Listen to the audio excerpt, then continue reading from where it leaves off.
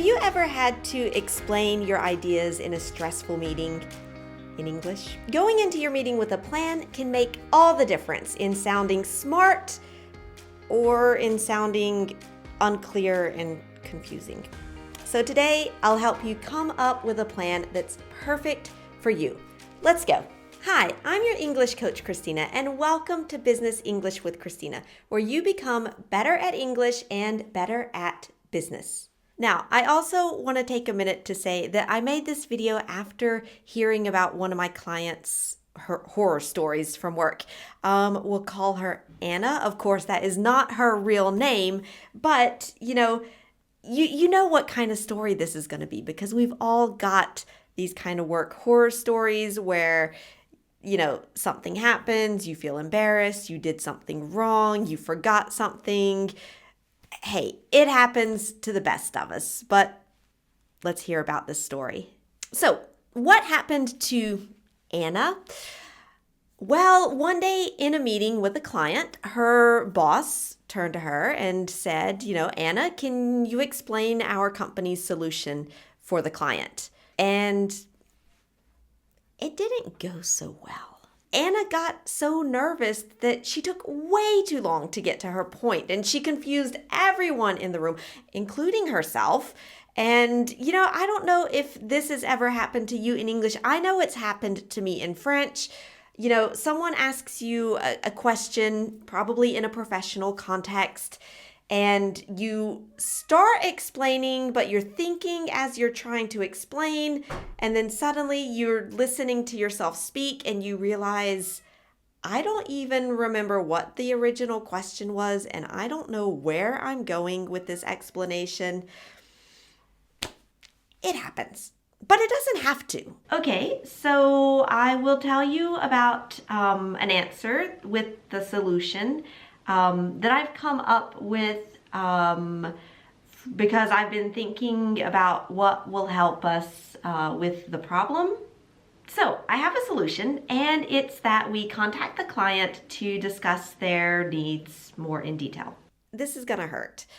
After the meeting, Anna's boss took her aside and said to her, Anna, you take way too long to answer questions. Just get to the point next time.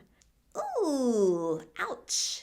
Now, just to be clear, not every boss will come out and say something so directly to you. I mean, yes, that was embarrassing for Anna, but it's also probably very awkward for the boss. But here's something that you have to know. People won't tell you that you're not effective in meetings, but they're thinking it. All right, now let's make sure that you're ready for your next meeting in English. And these tips all were inspired by an article from the Harvard Business Review, very trusted, reputable source for improving your business skills. And I've just adapted them for people who are working on their business skills, but also working on their English skills like you. The most important thing that you can remember is that it's okay to slow down. Take a deep breath, and then take the time to pronounce your words. And this is especially important for you and for me when we are trying to explain something in a foreign language, and it might take a little extra time to formulate your thoughts. You don't have to speak fast. Native speakers, they speak fast, and that makes them difficult to understand. Why would you want to do that? Tell the people in your meeting what ideas you're going to share. For example, if your client asks, why your product is different from your competitor's product, you can say, well, there are two main differences. First, we offer 24-hour tech support based here in the US. And second, we only work with companies in the automotive industry. So basically, we're experts in what we do. Or to explain why you're suggesting a specific solution for your client, you could say, there are 3 reasons why you should consider letting us help you with your cybersecurity. And then just go on to list your ideas. Are you taking notes in this video? Well, let me make that a lot easier for you so that you can focus on showing your business expertise in your meetings. You can go over to my website and get a free worksheet that goes with this video so that you can remember the expressions faster, you can test your knowledge, and like I said, just focus on becoming more confident in your meetings in English so that you don't have any work horror stories to tell in the future. One thing that you might do in a meeting in English, it's thinking out loud. Like when somebody asks you a question, but you haven't really had the time to think about it because they just asked you the question and you're trying to find the solution as you speak. And that's totally normal. Everybody does that. Something you can say when you're thinking out loud in a meeting is, well, let me just think out loud here for a minute, and feel free to come in with any ideas that you have. What if we talked to the client and we decided more about what they're really looking for? And then you can share your idea or your ideas and see if anyone else in the room has something to add. It's basically like a group brainstorming. And, as we say in English, 2 heads are better than 1. Unless it's on the same body, and then that's just a little weird.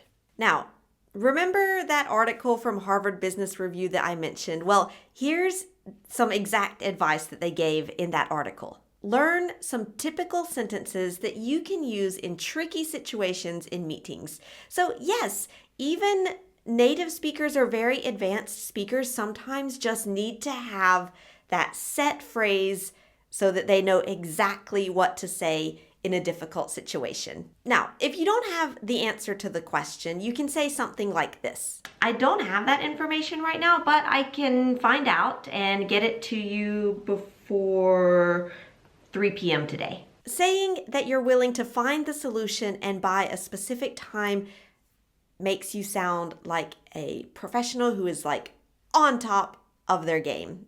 But then you have to actually do it by that time that you said. So, what are some phrases that you can use to respond to surprises in meetings? Well, if you're not sure that you've completely understood, which is totally fine, you can say this. Could you tell us a bit more about what you're saying? Now, if you've been listening to your client for a while and you still disagree with them, here's how you can say that politely. I think I understand your point, but I see it a little bit differently. May I explain?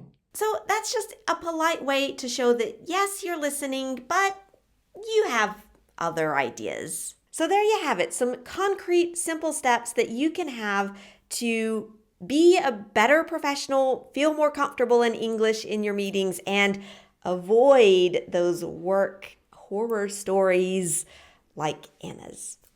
And remember, if you don't use it, you lose it. And here's some ways that you can use what you learned in this video today. Do you have a work horror story? In the comments, please share it. Oh, please share it, because I love reading these stories, not because I love that you had horror stories, but because we see that it's totally normal, that we all experience these, awful moments. It's just part of life, but we can look at your stories. We can see, you'll see you're not alone. Other people will see you're not alone. You might give me an idea for a future video that I can help you with. And of course, it's the perfect opportunity to practice your English and share with our community. Now, if this lesson was helpful for you, I would love for you to tell me. And there are 3 ways that you can do that. On YouTube, give me a thumbs up and subscribe to my channel so that we can continue learning together every week. You can also go over to ChristinaRobofe.com/worksheets and get the worksheet that goes with this lesson so you can really practice and learn everything in this video today. And you can go ahead and watch this next lesson, which is going to give you some exact phrases that you can use in your meetings in English. All right, thank you so much for learning with me, and I'll see you next time.